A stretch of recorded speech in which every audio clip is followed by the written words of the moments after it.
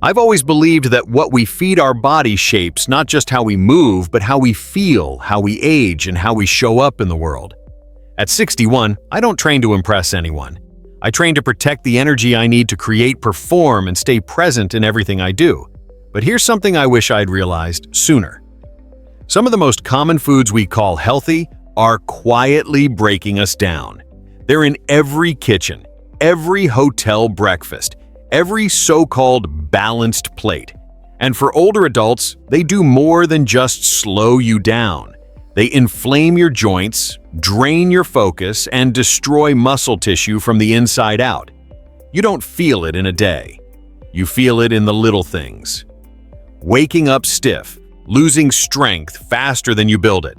That sense that something's off even when you're doing everything right.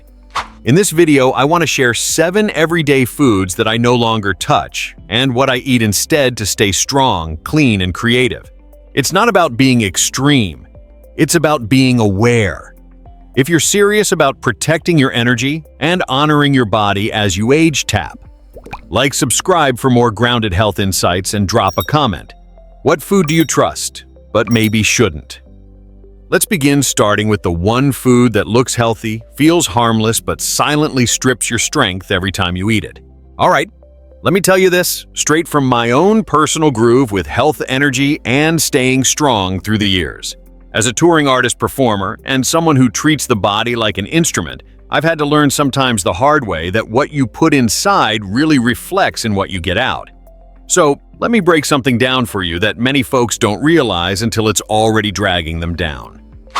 Food number 7, pre-cooked corn arepas. Now, I know they're a staple in many kitchens. I've eaten plenty of them myself growing up. But here's the real deal. Even when they're homemade and look all natural, they can quietly be messing with your ability to build real muscle. The problem isn't corn itself. Corn is beautiful. The issue starts with how that corn gets processed. When you take the whole corn and refine it into that fine white pre-cooked flour. Most of the good stuff, minerals, B vitamins, and fiber is stripped away. What you're left with is basically a starchy powder with barely any nutritional backup. And here's the kicker. When you eat that, your body converts it into glucose at lightning speed. That surge in glucose, it triggers insulin spikes, stirs up inflammation, and worst of all, it gets in the way of muscle protein synthesis. I've seen this play out in my own energy levels when I was on tour eating these regularly without balancing them out. Muscles get weaker from the inside out, especially if you're pairing it with nothing but butter, salt cheese spreads, or deli meats, which just compounds the problem. But hey, this isn't about saying goodbye to arepas forever if they're part of your culture like they are. For many of us, I totally get it. What I did was learn to tweak them. Mix that corn flour with things like ground oats, cooked quinoa, or ground flaxseed. Not only does it improve texture, but it adds real nutrients your muscles can use. Pair your arepa with good stuff: avocado eggs, sardines, sautéed veggies with olive oil, and above all, don't lock yourself into eating them every single morning. Switch it up.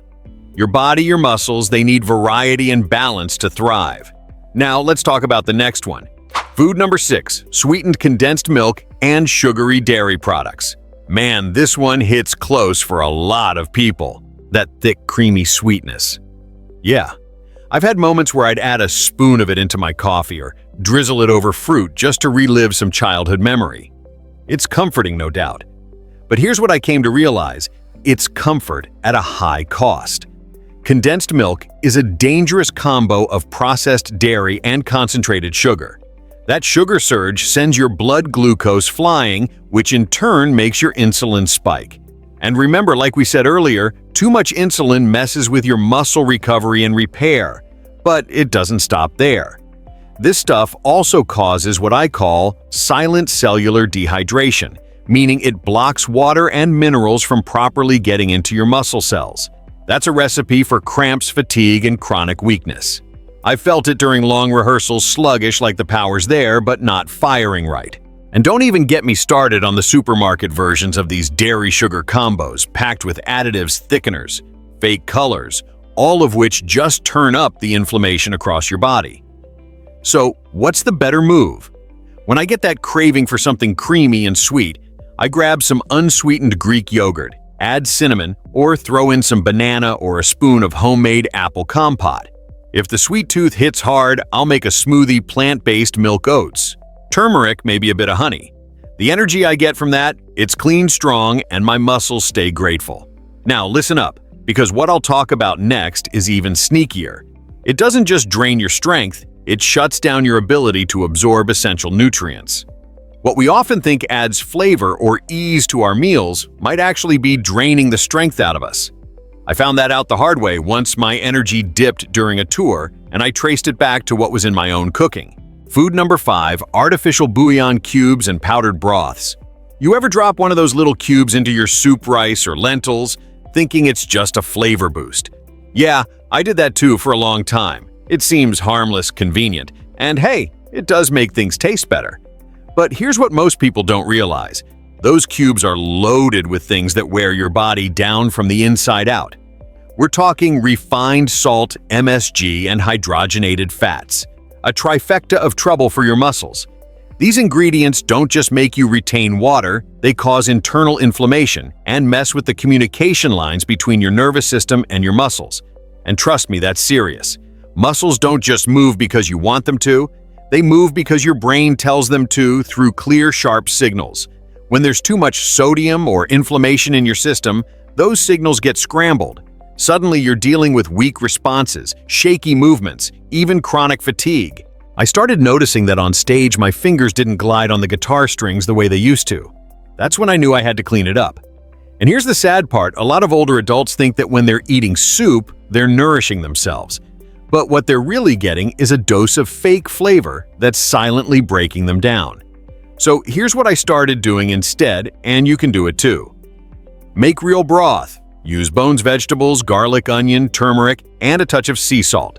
It's powerful, clean, and fuels your body on a whole different level. I cook big batches and freeze them in portions. That way, I always have the real stuff ready, no chemicals, no shortcuts. Now think about how many spoonfuls you've had in the past, thinking you were doing something good for yourself, and ask yourself, is it worth continuing?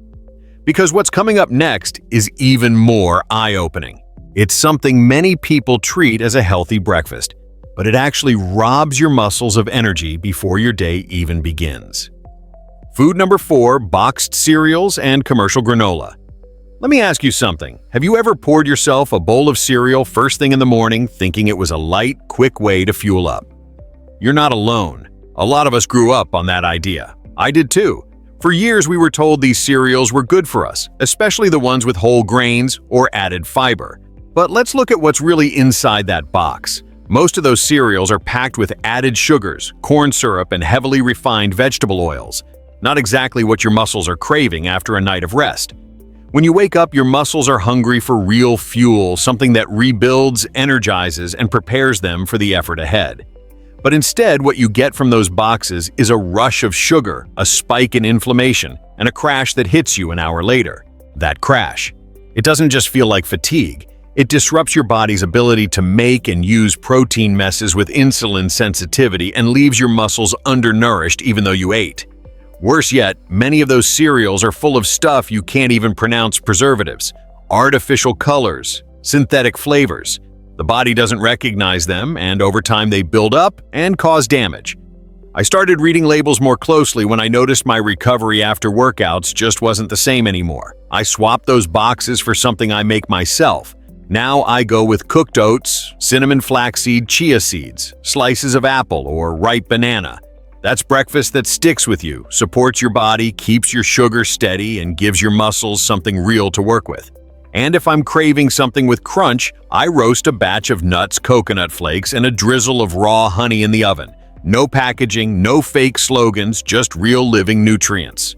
Because here's the thing, your muscles don't care about branding. They care about what's inside. And speaking of what's inside the next food on the list, it's one of the biggest blockers of protein and mineral absorption for older adults, even though it's used in home cooking almost every day. Staying healthy isn't just about working out, it's about knowing what you're feeding your body every single day. Let me break this next part down, because it changed the game for me when I realized just how much everyday condiments were messing with my body. Food number 3, store-bought tomato sauces, soy sauces, and processed dressings. Maybe you're in the habit of adding a little ketchup to your rice, some soy sauce to your stir-fry, or that creamy dressing on your salad. I used to do it too. It seems harmless, just a small touch to make the meal taste better. But here's the truth, those so-called little additions, they can silently sabotage your muscle health. Most commercial sauces are built on a base of corn syrup, added sugars, refined salt, and oxidized vegetable oils. That combo sets off inflammation in the body and throws off your internal balance, especially in your muscles. And that's not the worst of it. A lot of these sauces also contain inorganic phosphates additives that interfere with your ability to absorb calcium, magnesium, and zinc. Those minerals are crucial for strong muscle contractions, repair, and bone support.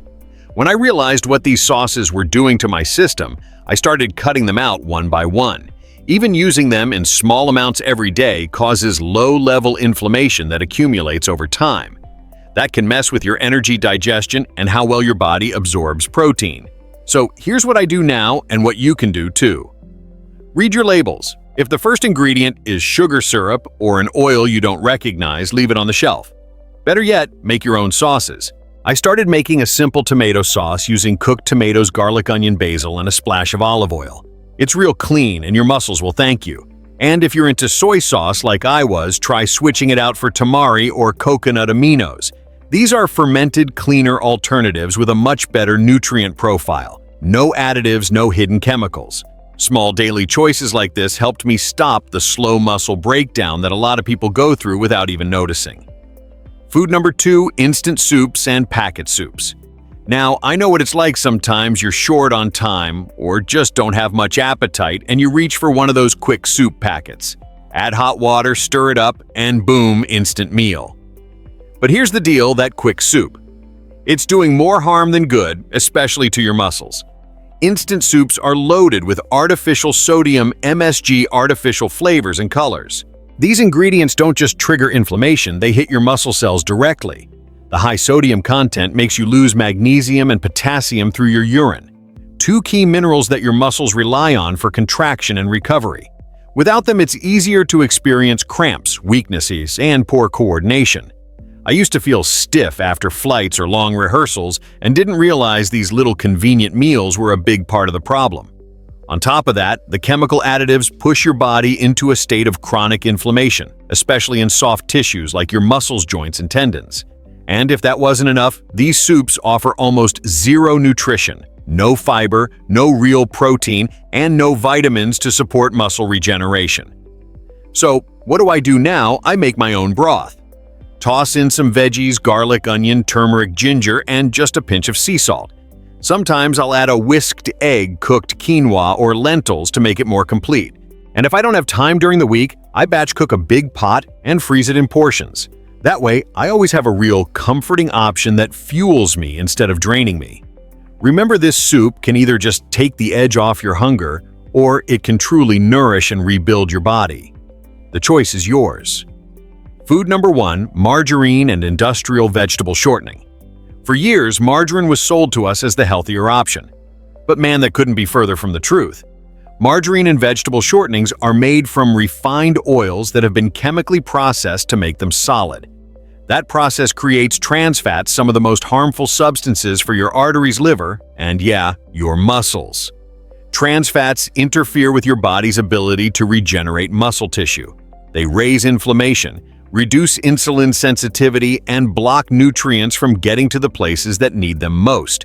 And the wild part, people are still spreading this stuff on toast, cooking eggs with it, frying rice without realizing they're damaging themselves from the inside out. So here's what I changed. I cut margarine completely. You don't need it. Want to know if what you're buying is real butter or fake margarine? Check 2 things, color and ingredients.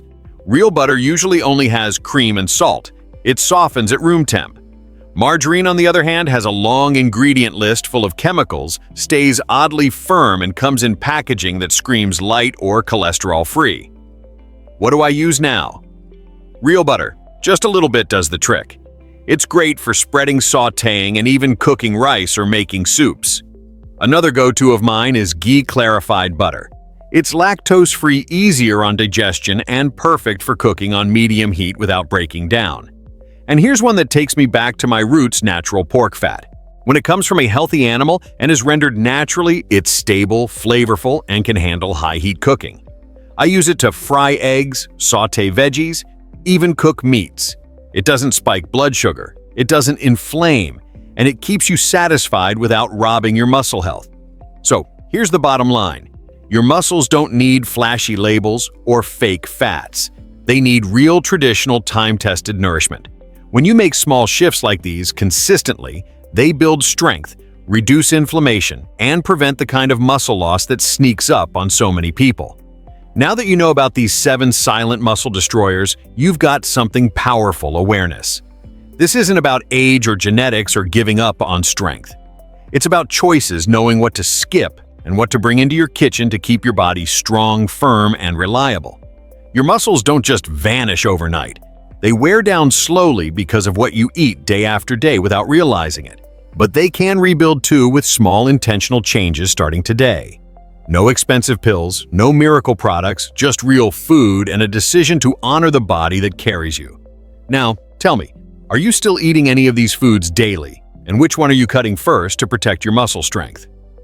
Drop it in the comments, I'll be reading.